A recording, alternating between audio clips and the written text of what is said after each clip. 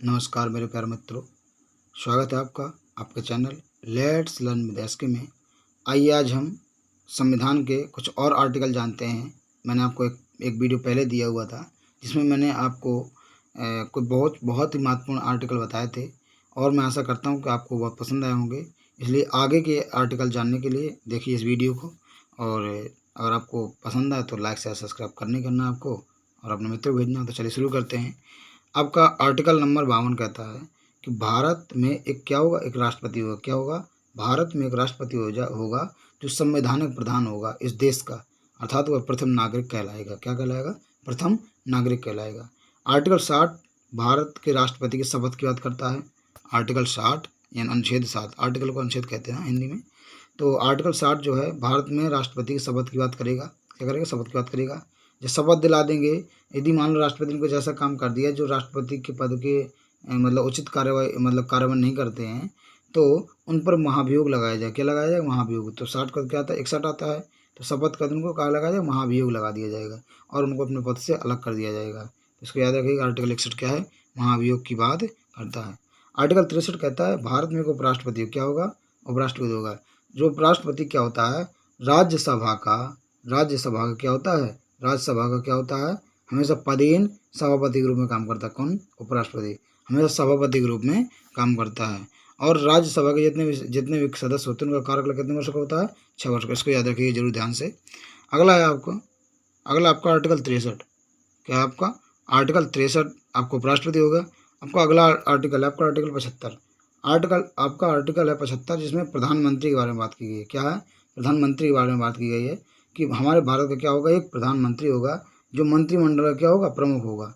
लेकिन हमारा आर्टिकल इसके तहत जो आर्टिकल 75 का भाग 3 है, आर्टिकल 75 का जो भाग 3 है उसमें ये बताया गया कि पूरा मंत्रिमंडल लोकसभा के प्रति सामूहिक रूप से उत्तरदायी रहेगा। इसको याद रखिएगा क्योंकि बहुत पेपर में आता है ये।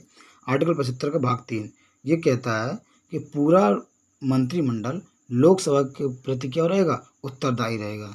अगला देखिए आर्टिकल 76। आर्टिकल 76 आपका महान्यवादी की बात करता है। आर्टिकल 76 आपका महान्यवादी की बात करता है। क्या करता है? महान्यवादी की बात करता है। जैसे हम कहते हैं अटॉर्नी जनरल कहते हैं। क्या कहते हैं हम? अटॉर्नी जनरल कहते हैं। और ये हमारे भारत का क्या होता है? प्रथम विधि अधिकारी होता है। इसको याद रखिएगा। हमारे भारत का क्या होता है? प्रथम विधि अधिकारी होता है। आर्टिकल 79 देखिए। आर्टिकल 79 संसद की बात करता है। आर्टिकल 80 लोक राज्यसभा की बात करता है।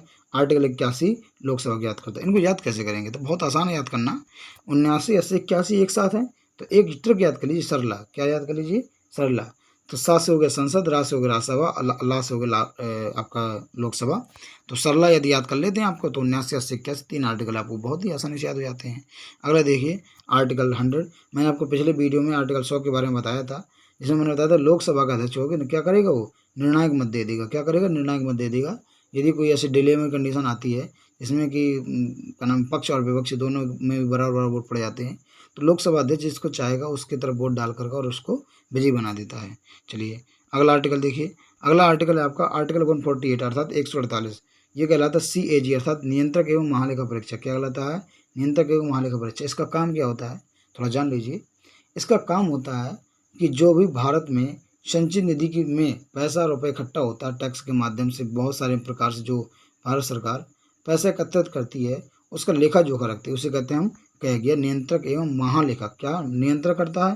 क्या में लेखा जोखा का। ठीक है। अगला देखिए आर्टिकल 124 कहता है सुप्रीम कोर्ट के बारे में। क्या कहता है? सुप्रीम कोर्ट के बारे में। हमारे भारत की सबसे सर्वोच्च संस्था है सुप्रीम कोर्ट। क्या है? सबसे सर्वोच्च संस्था क्या? सुप्रीम कोर्ट है, जो अपने सारे डिसीजन खुद ही लेती है और खुद ही अपना अपना हेड चुनती है। ये सुप्रीम कोर्ट का जो हाई चीफ जस्टिस होते हैं, जज होते हैं। अगला आपका आर्टिकल 214 अर्थात 214। आर्टिकल 214 कहता है हाई कोर्ट के बारे में। तो इसको याद रखिएगा।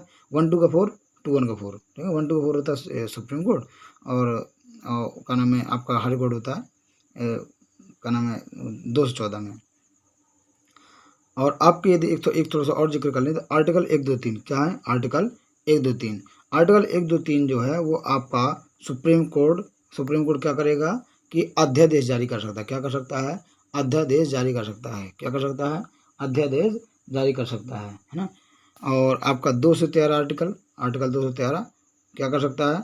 कि आपका हाई कोर्ट क्या कर सकता है, अध्यादेश जारी कर सकता है। ये कितने प्रकार की, 5 प्रकार की। आपको याद हो संवैधानिक अधिकारों में जो दिया गया था, इसको याद रखिएगा। आर्टिकल 266 कहता है भारत की संचित निधि के बारे में। क्या करता है, भारत की संचित निधि के बारे में आर्टिकल 266 बताता है कि जो भारत में जो जितना भी भारत सरकार पैसा इकट्ठा कलेक्ट करती है वो संचित निधि में जाती है। उसमें संविधान में दिया गया आर्टिकल 266 के में बताया गया है। आर्टिकल 267 क्या कहता है कि जो संसद निधि में पैसा इकट्ठा होता है वो किस प्रकार से खर्च किया जाएगा, और यदि मान लो समय नहीं है और ये सत्र नहीं चल रहा फिर भी किस प्रकार पैसा खर्च किया जाएगा और किस प्रकार से निकाला जाएगा, उसे आकस्मिक निधि कहते हैं। तो ये किस में है, तो आर्टिकल 267 में। किस में है, तो आर्टिकल 267 में है। आर्टिकल 280 कहता है वित्त आयोग के बारे में। क्या कहता है, वित्त आयोग के बारे में। मैं थोड़ा सा आपको करंट की जानकारी दे दूं तो 15वें वित्त आयोग इस समय कौन है, तो NK सिंह है। कौन है आपके, NK सिंह है। याद रखिएगा, इसको थोड़ा सा ध्यान रखिएगा। अगला आपका 324 आर्टिकल 324 जो है वो निर्वाचन आयोग के बारे में बात करता है। क्या करता है, निर्वाचन आयोग के बारे में बात करता है। हमारे भारत की जो निर्वाचन आयोग है वो ऐसा माना जाता है कि बहुत अच्छा निर्वाचन आयोग में से एक है, और 25 जनवरी को हम लोग मतदाता दिवस मनाते हैं। याद रखिएगा इसको। और मैं आपको कल या परसों में आपको एक वीडियो प्रदान करने वाला हूँ जिसमें मैं बहुत ही महत्वपूर्ण दिवस के बारे में बताऊँगा आपको, जो कि एग्जाम पेपर में एकदम डिट्टो छपते हैं। याद रखिएगा इसको। अगला देखिए आर्टिकल 343 राजभाषा की बात करता है। क्या करता है, राजभाषा की बात करता है। क्या देखो, राष्ट्रभाषा नहीं, राजभाषा की। और हमारे भारत की राष्ट्रभाषा कौन सी है, तो याद रखिएगा हमारे भारत की राष्ट्रभाषा कोई भी नहीं है। हमारे भारत की जो राजभाषा है वो मात्र हिंदी है। राष्ट्रभाषा कोई भी नहीं हमारे भारत की। याद रखिएगा, क्योंकि भारत बहुभाषाविद देश है ना, इसलिए। अगला देखिए, 3 प्रकार के आपात याद रखना आपको। 352, 356, 360, 4 साल का आप जोड़ते 4 साल जोड़ते जाइएगा, आपको याद हो जाएगा आपका आपातकाल। जैसे सबसे पहले होता है राष्ट्रीय आपात, मतलब अशांति हो जाए या आंतरिक सशस्त्र विद्रोह हो जाए, आंतरिक विद्रोह हो जाए, है ना। और आपका 356 आता है राष्ट्रपति शासन लग जाता है जब, है ना, आपको याद हो गया होगा। और आर्टिकल 360 होता है वित्तीय आपात। क्या होता है, वित्तीय आपात। ये भारत में अभी एक भी बार नहीं लगा, इसको याद रखिएगा। क्वेश्चन आता है भारत में वित्तीय आपात कितनी बार लगा, तो आपको एक भी बार नहीं लगा वित्तीय आपात। और एक क्वेश्चन आपका और है कि राष्ट्रीय विकास परिषद की स्थापना कब हुई थी। राष्ट्रीय विकास परिषद की स्थापना हुई थी आपकी 6 अगस्त 1952 को आपका राष्ट्रीय विकास परिषद की स्थापना हुई थी। किसकी हुई, राष्ट्रीय विकास परिषद की स्थापना हुई थी। तो थैंक यू दोस्तों। यदि आपको ये वीडियो पसंद आए तो लाइक शेयर सब्सक्राइब जरूर करें। जय हिंद, जय भारत।